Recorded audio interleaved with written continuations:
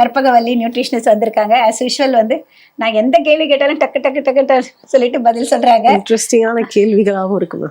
Okay, அதாவது நான் பார்த்த வரைக்கும் பார்த்தீங்கன்னா ப்ரோட்டீன் ரிச்சாக சாப்பிடணும், வெயிட் லாஸ் ஆகணும் அப்படின்னு நினச்சிட்டு நிறைய பேர் வந்து டெய்லி பன்னீர் சாப்பிட்றாங்க. அதுவும் பார்த்தீங்கன்னா ஒரு 200 கிராம் பன்னீரை வந்து ஒருத்தரை சாப்பிட்றாங்க. அதில் இவ்வளோ இருக்குது அவ்வளோ இருக்குன்னு சொல்லிட்டு. எனக்கு வந்து என்ன டவுட்னாக்கா, பன்னீர் நிறைய சாப்பிட்டா கொலஸ்ட்ரால் ஏறிடுமா, அவங்க வந்து பன்னீர் எவ்வளோ சாப்பிட்றாங்களே, அது மாதிரி வந்து நிறைய சந்தேகங்கள். பன்னீரும் சின்ன குழந்தைங்களுக்கு கூட வந்து சீஸை வந்து கியூப் அப்படியே கொடுக்குறாங்க சாப்பிட்றதுக்கு, ப்ரோட்டீன் ரிச் அப்படின்னு சொல்லிட்டு. சும்மா நானே பார்க்குறேன், போய் ஃப்ரிட்ஜை திறந்து சீஸ் கியூப் எடுத்து சாப்பிட்ருவாங்க. ஆனால் வந்து பன்னீரை கூட வெறுமனே சாப்பிட்ற குழந்தைங்களும் பார்த்துருக்கேன். இந்த அளவுக்கு பன்னீர் கன்சம்ஷன் எப்போவுமே கிடையாது. ஹோட்டலுக்கு போனாலும் பன்னீர் டிஷ்ஷு தான், எங்கே பார்த்தாலும் கல்யாண வீட்டுக்கு போனாலும் பன்னீர் டிஷ்ஷு தான். ஆனால் எந்த அளவுக்கு பன்னீர் எடுத்துக்கலாம், இதனால நன்மைகள் உண்டா, தீமைகள் ஏதாவது இருக்கா, இதெல்லாம் எக்ஸ்பிளைன் பண்ணால் நல்லாயிருக்கும். நிச்சயமா இப்போ கரண்ட்டாக தேவைப்படுற டாபிக்னு நினைக்கிறேன் மேம். நைஸ். ஏன்னா பன்னீர்னு சொல்லும் போது இப்போது வெஜிடேரியன்ஸ் அப்படிங்கிற போது ஒரு ப்ரோட்டீன் சோர்ஸ் ஆஃப் மெயினாக வந்து பன்னீரை பார்க்குறாங்க இல்லைங்களா? ஸோ ப்ரோட்டீனோட இம்பார்ட்டன்ஸ் எவ்வளோ அவேர்னஸ் இருக்குது அப்படிங்கிறது இப்போ பார்க்குறோம். நிறைய பேருக்கு அவேர்னஸ் இருக்குது ப்ரோட்டீன் நிறையா எடுத்துக்கணும் அப்படின்றது. ஸோ வெஜிடேரியன் சோர்ஸ் ஆகும்போது மில்க் சாப்பிட்றவங்க, மில்க் குடிக்கிறவங்களுக்கு வந்து பன்னீர் வந்து ஒரு நல்ல சோர்ஸ் ஆஃப் ப்ரோட்டீனாக நினச்சிட்டு எவ்ரிடே கன்சியூம் பண்ணுறாங்க. உங்களோட பயமோ இல்லை உங்களோட கேள்வியோ ரைட் தான். கொலஸ்ட்ரால் இன்க்ரீஸ் ஆகிடுமான்னு கேட்டால் நிச்சயமாக ஆகும். ஸோ அதை நிறைய பேர் அதை மறந்துடுறோம். ஸோ மில்கில் இருக்கிற அந்த ஃபேட் கண்டென்ட் அப்படிங்கிறது வந்து மாற போகிறதில்ல. ஸோ அண்ட் ஆல்சோ நீங்கள் எத்தனை பேர் வந்து பன்னீரை வீட்டில் பண்ணுறோம் அப்படிங்கிறதும் கிடையாது. எல்லாருமே வெளியிலேருந்து தான் வாங்குகிறோம். அப்படி வீட்லேயே பண்ணாலும் பன்னீரில் மேஜரான ப்ரோட்டீன் அப்படிங்கிற அந்த வேவை வந்து டிஸ்கார்ட் பண்ணிவிட்டு அதை யூஸ் பண்ணாமல் கெசீன் அப்படிங்கிற ப்ரோட்டீனை தான் கன்சியூம் பண்ணுறோம். ஸோ அப்போ நமக்கு அந்த கம்ப்ளீட்டாக நமக்கு என்ன ப்ரோட்டீன் தேவையோ கம்பல்சரியாக கிடைக்கிறது இல்லை. ஃபர்ஸ்ட் இது ப்ரோட்டீனுக்காக நீங்கள் அதை கன்சியூம் பண்ணுறீங்க, கால்சியம்காக கன்சியூம் பண்ணுறீங்கன்னா கண்டிப்பாக அவ்வளோ தேவையான நியூட்ரியன்ட் நமக்கு கிடைக்கிறது இல்லை. ப்ரோட்டீனும் இருந்தாலும் சரி, கால்சியம் இருந்தாலும் சரி. அண்ட் எவ்ரிடே கன்சியூம் பண்ணுறாங்க. வெயிட் லாஸ் ஜேர்னி ஆர் வெயிட்டை வந்து கரெக்டாக மெயின்டைன் பண்ணிக்கணும், ஹெல்த்தியாக இருக்கணும் அப்படிங்கிறதுக்காக ஒரு நாளைக்கு 200 கிராம்ஸ் ஃபுல்லாக பன்னீரை வந்து கிரில் பண்ணி சாப்பிட்றோம், அதனால எங்களுக்கு ப்ரோட்டீன் கிடைக்குது, நான் வெயிட் லாஸ் ஆகிறேன் அப்படின்னு சொல்கிறாங்க. பட் அதில் மற்ற டிஸ்அட்வான்டேஜஸும் இருக்குது. பன்னீர் சாப்பிடக்கூடாதுன்னு நிச்சயமாக கிடையாது. பன்னீர் கண்டிப்பாக கன்சியூம் பண்ணலாம்.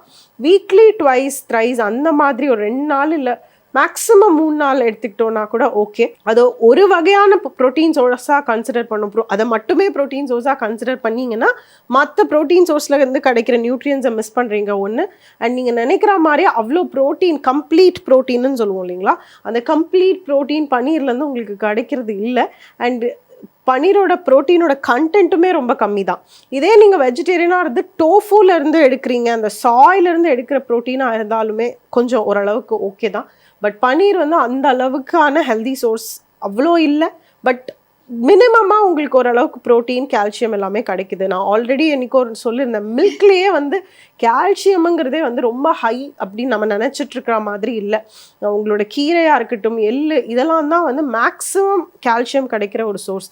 மில்க்லேருந்து உங்களுக்கு ஓரளவுக்கு தான் கால்சியம் கிடைக்குது. ஸோ இந்த ஒரு மித்தை வந்து நம்ம உடைக்கணும். அதை தாண்டி வந்து பன்னீர் வந்து இப்போ சிந்தட்டிக் பன்னீர்ஸ் எல்லாம் நிறையா மார்க்கெட்ஸில் வர ஆரம்பிச்சிருச்சு மேம். அது ரொம்ப ஷாக்கிங்காக இருந்தது பார்க்கும்போது. எப்படி எல்லாத்துலேயுமே வந்து ஆர்டிஃபிஷியலாக பண்ண ஆரம்பிச்சிட்டாங்களோ, எந்த ஒரு ஃபுட்டுமே வந்து நிறையா கன்சியூம் ஆகும்போது அதில் ஒரு இது ஆர்டிஃபிஷியல் இது வந்துடுது. ஸோ அதே மாதிரி பன்னீர்லேயுமே நிறையா சிந்தட்டிக் பன்னீர்ஸ் வர ஆரம்பிச்சிடுச்சு மார்க்கெட்டில். ஸோ கேர்ஃபுல்லாக பன்னீர் கன்சப்ஷனை பண்ணுங்கள். எதுவுமே வந்து மேம் சொல்கிற கான்செப்ட் தான். டூ மச்சாக எவ்ரிடே ஒன்று சாப்பிட்றோம் அப்படின்னா அது தேவை இல்லை தான். ஸோ மினிமைஸ் பண்ணி பன்னீர் சாப்பிட்டுக்கிறது ஓகே.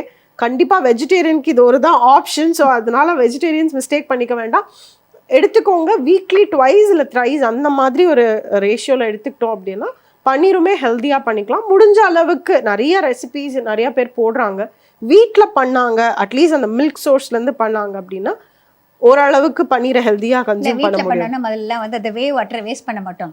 யூஸ் பண்ணி ஃபார் மிக்சிங் வித் சப்பாத்தி பேட்டரோட கலந்துட்டு சப்பாத்தி டவ் மிக்ஸ் பண்ணுவோம், சூப்ஸில் போடுவோம். குழம்புல போடலாம், ரசத்துல போடலாம். அந்த வேவ் வாட்டரை எப்பவுமே டிஸ்கார்ட் பண்ண மாட்டோம். ஆனா இப்போ நம்ம எங்க எல்லாமே வாங்க ஆரம்பிச்சிட்டோம். ஆனா இப்பயும் வீட்ல பண்றதுக்காக எங்களுக்கு எல்லாம் விருப்பம் உண்டுதான். பண்றோம். அந்த ஃபாஸ்ட் மூவிங் வேர்ல்ட்ல அது கொஞ்சம் கஷ்டம்னு நினைக்கும் போது வே அப்படிங்கிறது பாதி போயிடும் போது உங்களுக்கு அந்த இனஃபான புரோட்டீன் கிடைக்கிறது இல்ல.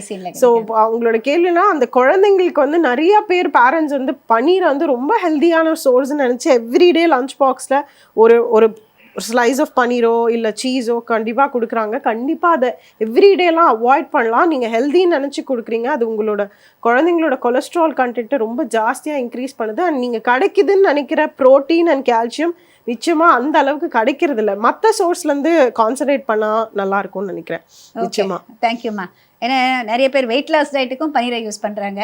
அது மாதிரி நிறைய விஷயங்களுக்கு வந்து பன்னீரை கன்சியூம் பண்ண ஆரம்பிச்சிட்டாங்க. எதுவுமே அளவோடு இருந்தா நல்லது. அதுதான் நீங்களும் சொல்றீங்க.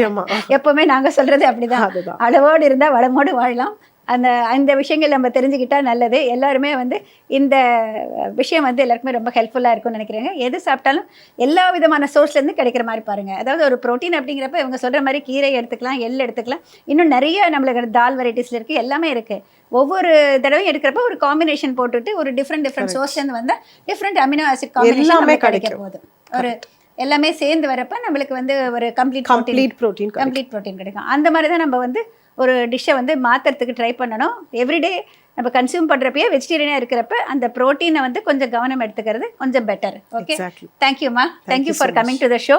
மீண்டும் அடுத்த வாரம் வந்து இன்னும் நிறைய கேள்வியோட சந்திக்கிறேன். Okay, thank you for coming. Thank you.